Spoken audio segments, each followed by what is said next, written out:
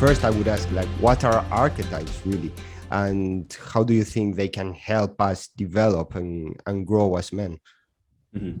Yeah, so I'll use Carl Jung's. Carl Jung came up with the term archetypes, so I'll use his definition, which is that they are patterns of thoughts and feelings in our unconscious.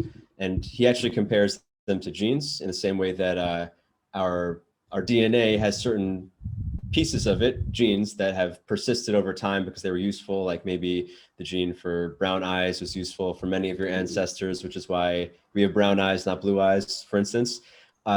Archetypes are the same thing, but in the psyche. So there might have been a pattern that we now call the warrior, in quotes, which is like an aggressive part of you that wants to conquer and do things in reality. And we have that programming, or we have those thoughts and feelings and patterns of behavior, because for thousands of generations, our male ancestors sometimes had to be warriors.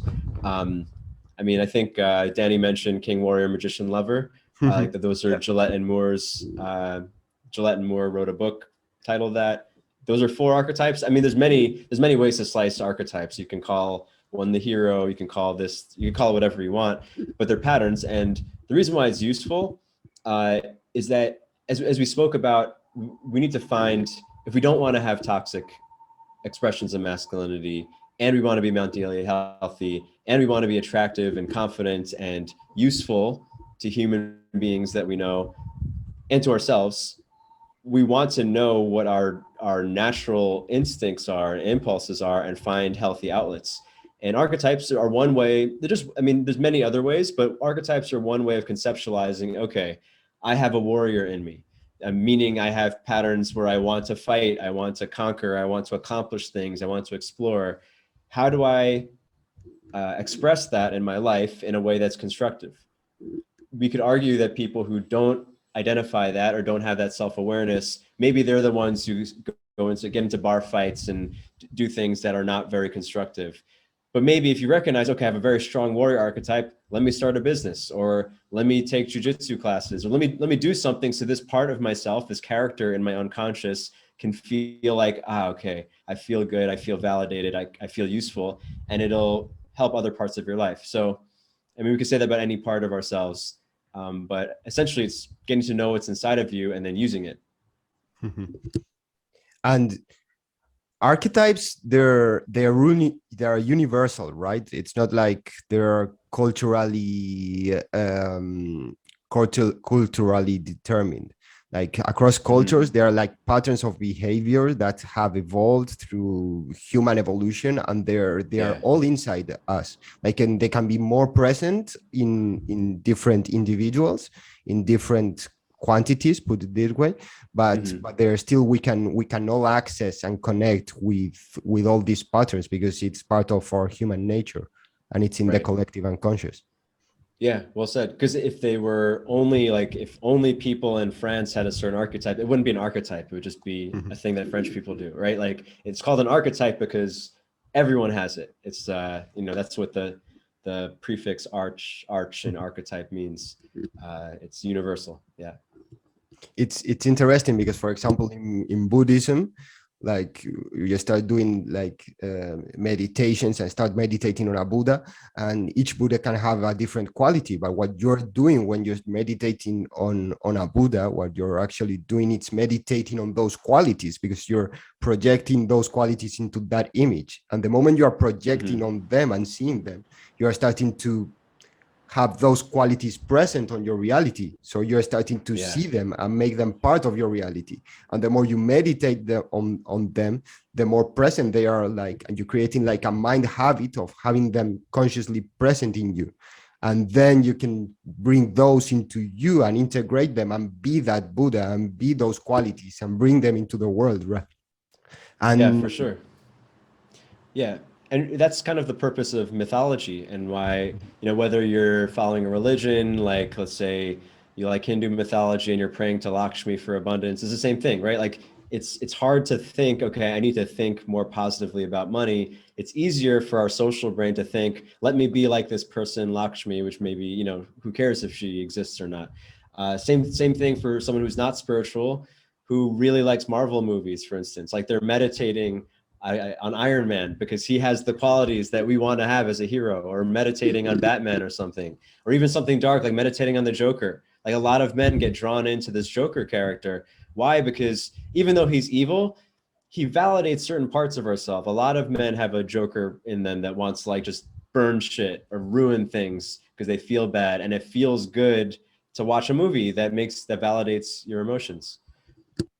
Yeah, and that's what's interesting nowadays about entertainment and video games and movies, right? We connect with those aspects that maybe we don't feel unconsciously because we are actually projecting them into those characters that are in the movie, but we're connecting with those patterns that we somehow feel they are important for us, but Right. we are not experiencing them because we have a 9-to-5 job where we don't live adventure. We are not following our mission, our passion. We feel totally disconnected, and we can live all that.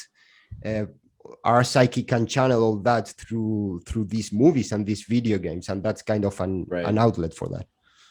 Yeah, that's why actually in my archetype challenge, I have a lesson, which is basically look at what you seek for entertainment. Like what kind of characters do you like watching or playing or listening to? Like whether you think of it or not, you know, whether you listen to Joe Rogan or like watching Batman movies, like there's some, if you're drawn to that for entertainment, there's some part of you that probably wants to be like that character. And it's an easy way towards self-discovery, I think.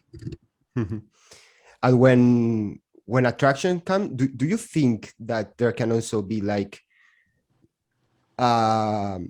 a complete rejection to some type of archetype, like some type of quality or some type of pattern, when you have like complete allergy to that and you kind of want to eliminate it from existence, that you would say that would generate all this also conflict and polarization in the world? Like kind of, I don't want warriors, like, and you can totally like not see and feel total rejection, and you want to delete that aspect of reality. It seems, I can't prove this, of course, but many people have observed that when you really are fighting against something, when you're having like an allergic reaction, like you said, it's probably something you need to integrate the most, actually. And that's where you see someone who like rejects the idea of warrior, who says, oh, everyone should be peaceful, and anger is an evil thing, you should never feel that. Those are the people that tend to have the worst control of their anger, or it comes up, or it festers in some way, or they become passive aggressive, or they're full of resentment, and then it comes out in some unconscious way later. You know, people who are like, yeah, I get angry sometimes and I punch the punching bag, they usually don't have the same issues. I mean, they've integrated that. It's like, yes, my anger is a thing that I use at times, or I let out in a controlled way. Yeah, it just seems that problems always happen.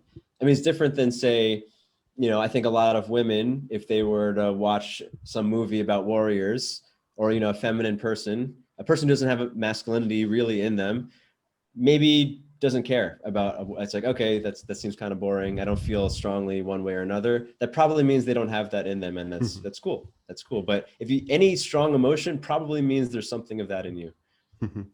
And that's kind of the paradox, right? Because for example, you can say you shouldn't have rage, like rage shouldn't exist, and when you see someone in rage, you like start, your rage comes out against rage, and it's kind of a paradox, because you're like, no rage, but you are in rage, right? And it's like you're trying to eliminate something by being that you really don't want to see in the world. And that's what the unconscious can do when you don't have like a conscious recognition of the energies that are inside you and use them wisely, but they can actually own you unconsciously. Yeah, for sure. And going back to what we said earlier about like masculine, feminine integration, it doesn't seem to work to just like numb out an emotion. Like it doesn't go away. What seems to work is feeling your feelings in a grounded way, right? Like a lot of guys, I mean, traditionally men strive to be stoic and like unemotional, or seeming. But men who try to suppress their emotions, it always comes out. There's always some tell. It always shows up in their face, or shows up in their unconscious behavior, as opposed to, say, to just use the rage. Someone who really channels his rage can do it in a fluid way, and that's what allows him to be stable when something hard happens.